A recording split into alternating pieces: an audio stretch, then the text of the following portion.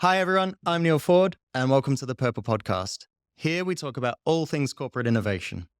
We have an amazing new series coming up for you guys that we can't wait to share. It's all about failure. Failure is a big thing in innovation. We think we can learn so much from it. We've lined up an amazing set of guests to come talk to us about failure. They're willing to lay their failures on the line and tell us what they've learned about it.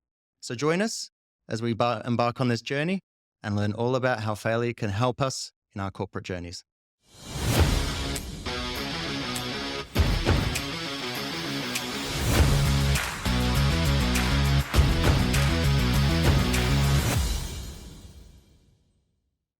Thank you very much for joining me today. I'm really excited about today's episode. At the GELLIFY podcast, we are embarking on a new series. And it's a series that I actually hold quite dear to my heart, for good or bad. I'm not sure what that says about me, but it's around the concept of failure. And we were talking about how do we introduce the concept of failure, because we don't necessarily see failure as a bad thing in GELLIFY. We have an adage that if you're innovating, you need to be failing somewhere along the lines. And in our dealings, we have worked with my next guest a number of times. It's Dr. Samuel West, who heads up a really super interesting concept called the Museum of Failure.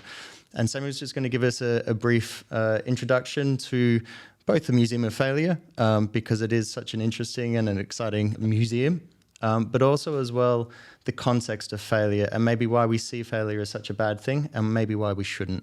So with that in mind, I'd like to join you in saying welcome today, Samuel, and nice to have you here. Thanks for having me on the show. Not a problem. So Samuel, maybe if you could just give us a little bit of background about yourself, where you're from, what you're doing, and why you started with this concept of failure. Yeah, I'm from everywhere: United States, Iceland, Sweden, Spain, anywhere and nowhere. I was living in Sweden when I started Museum of Failure. I'd been doing research at Lund University, did a PhD in organizational science, and I was working as an innovation consultant and doing the PhD at the same time. And my background is as a psychologist. I'm not taking this in chronological order. Typical psychologist, yeah, it's all chaos. And I found that there's no lack of sort of creativity or innovation methods. There's seldom a lack of methodology, but that organizational groups, the main obstacle, a major obstacle, is the fear of failure.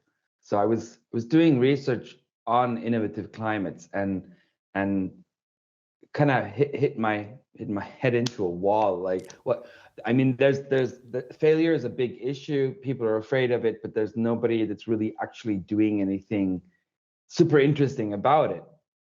So I dove into the literature and found that there was some good research, but just no one knew about it. And that's what kindled my interest in failure acceptance and dealing with failure recovery. And I was so excited about it that I wanted to share it with the world. So I didn't want to write a book because I'm a little bit lazy. But then I decided that opening a museum would be better, which turned out to be much more work than writing a book. But there it is, the Museum of Failure. So tell me, what is in the Museum of Failure? The Museum of Failure is I think we have about 210 items right now in the collection. They're all failed innovations, from various different areas of domains. So we have healthcare, we have financial failure, historical failure, ideological failure, medical failure, food products. We have a section like with silly, stupid items. There's one that's a golf club that you urinate into. Like, this problem. Maybe you're not old enough, but a golf course, many hours on the golf green field, You need to urinate, and there's no real place to do that. So this invention is like a hollow golf club. So you just sort of discreetly urinate into it, I can't and believe then it you failed. But that the Euro Club, as it's called, is it's such a funny thing. It's actually legit. I mean, it's the pitch for it. It's pretty good. I mean, there's a need, but it's in the section of silly innovations, things that are funny as well. And then we have tragic ones, like some of the healthcare failures actually cost people their lives. Transportation failures. So there's a wide array of items in the museum. Okay. And the criteria for inclusion is that the items be innovations, so something that's new and novel, a new way of solving a problem, and that they've failed in some way, and that they're somewhat interesting. To who? To yourself? Well, because I'm the dictator of Museum Okay. of Failure, it's all. But see, the third criteria is quite easy because I'm interested in everything, so that's an easy one. Very good. Very good. And I guess along the way, looking at all these products and solutions, and we'll share the link where everyone can go and see what the Museum of Failure is all about, because I highly recommend it. It's super cool and super interesting. But along the way, when you've been researching and curating this list, I assume you've come across innovation failures from a corporate perspective many, many times. And I'm interested because I come from a corporate world. And I can categorically say that, you roll out a project, you do a lessons learned report, it's a tick box exercise. People don't like failure. If something doesn't work, it's sent to the bin, consigned to history, never to be spoken of again. That is quite prevalent in this region as well. We don't hear about failure. We hear about really the good things that are happening, which is great. But I think that there's a lot to learn from failure. So I'm interested, why do you think corporates should embrace failure, and why you think failure can be good? The short answer to that, there is no short answer, but the short answer would be that if, even in a corporate setting context, the rate of failure is directly linked to how innovative the company is. So the more failure that's happening in that context of innovation and progress, the more innovative a company is going to be. So it's about, does the company want to be innovative or not? It's what it boils down. There's no way for an organization to be innovative without accepting failure. That just doesn't happen. And we see this across industries in different regions. If you look at the regional differences from, for example, where you are located in the world versus Northern California, there's distinctly different approaches to failure. And there's also different degrees of innovation going on. So you cannot be innovative. There will be no progress, scientific, commercial, without taking risks. Let's put myself in the position of someone who's rolling out a project. I don't want to fail because that might come back on me, right?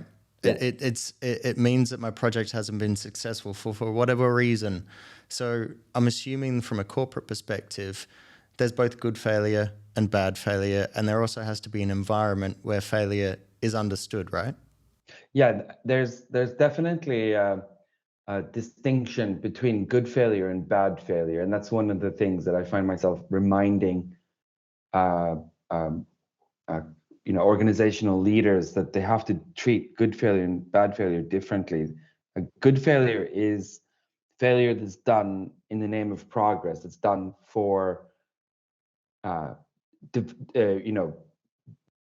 develop something, to push something forward.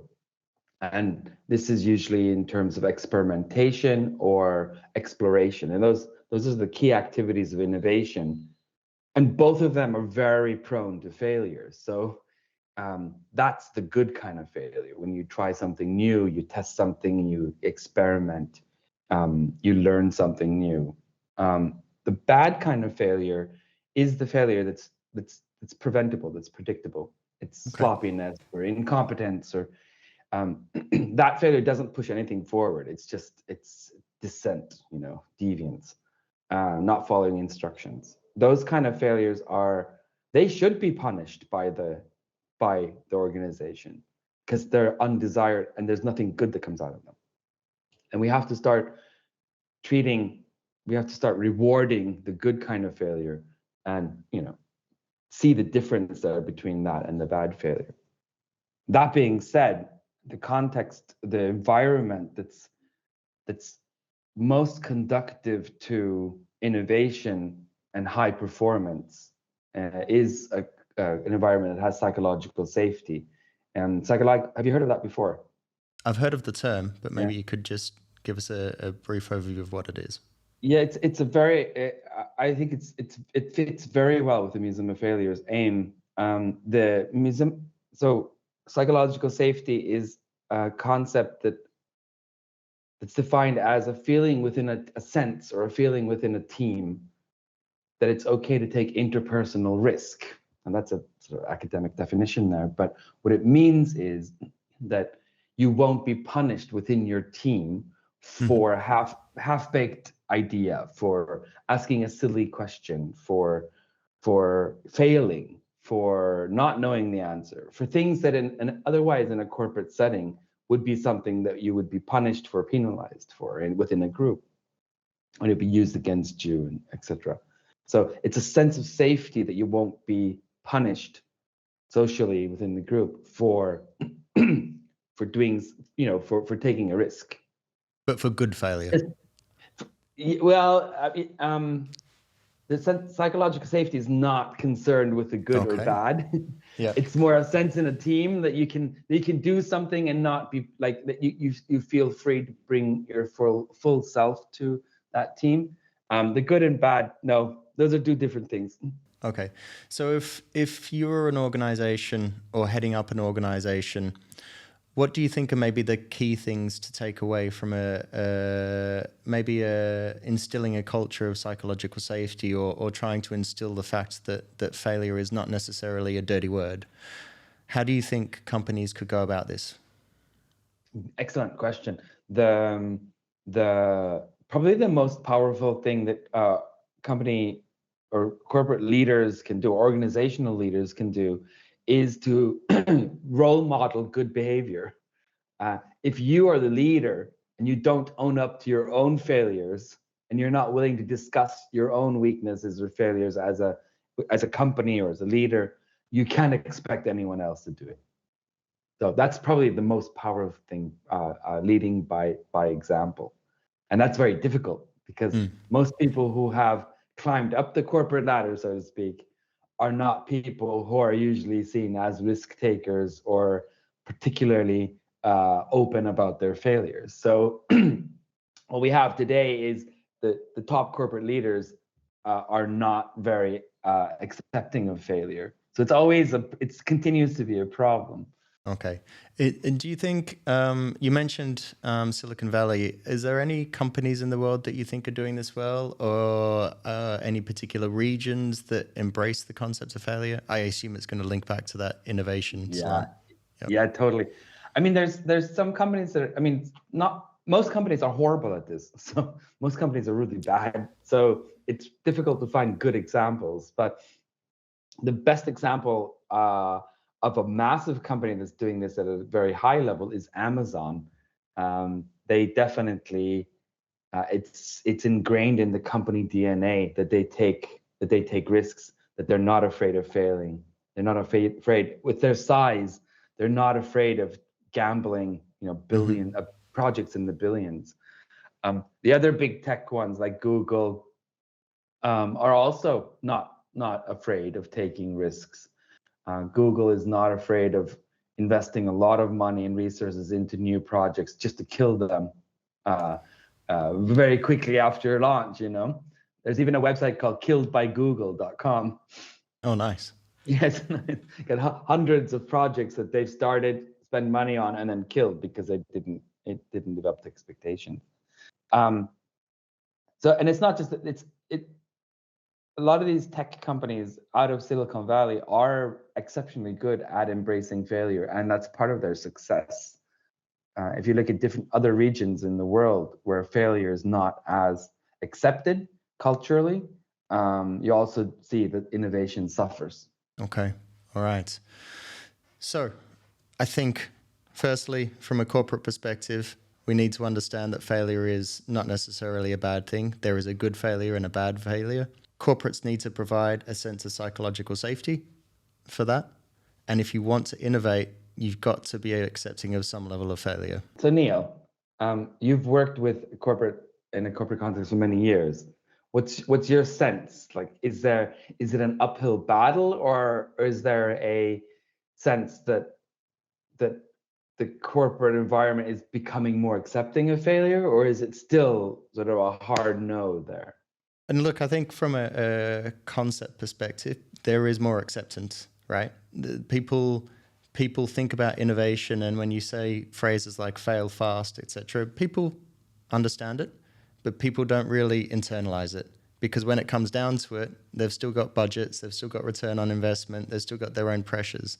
And the idea of failing is still negative, right? So you can understand the concept, but to truly embrace it I think is more difficult.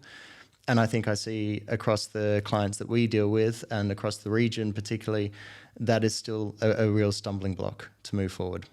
But I want people to understand where the Museum of Failure is, what you're doing with it, and how they can get involved. So maybe if you could just give a heads up in terms of where people can go to learn more about the Museum of Failure. The main website is museumoffailure.com. If there's an ongoing exhibition, it'll be posted there. And if you want to see some of the items on display, there's a secret link that's not so secret anymore that is collection.museumoffailure.com. collection.museumoffailure.com. It's a little sneak peek at what is in the museum. Very good. We'll provide all the links when we release the episode as well. Samuel, I'm gonna end it there just because we're running out of time, and I'm super sad because I could speak to you all day about this stuff. So Samuel, look, thank you very much for your time today. With this contextual information, I'm really looking forward to speaking to some corporate leaders and hopefully seeing if they can share with us some failure that they've learned from, because I think that's the key thing about this. Thanks again for your time. Thank you. Enjoy the rest of the sunny day. I know you're in Spain, and I hope to speak soon. Adios. Adios.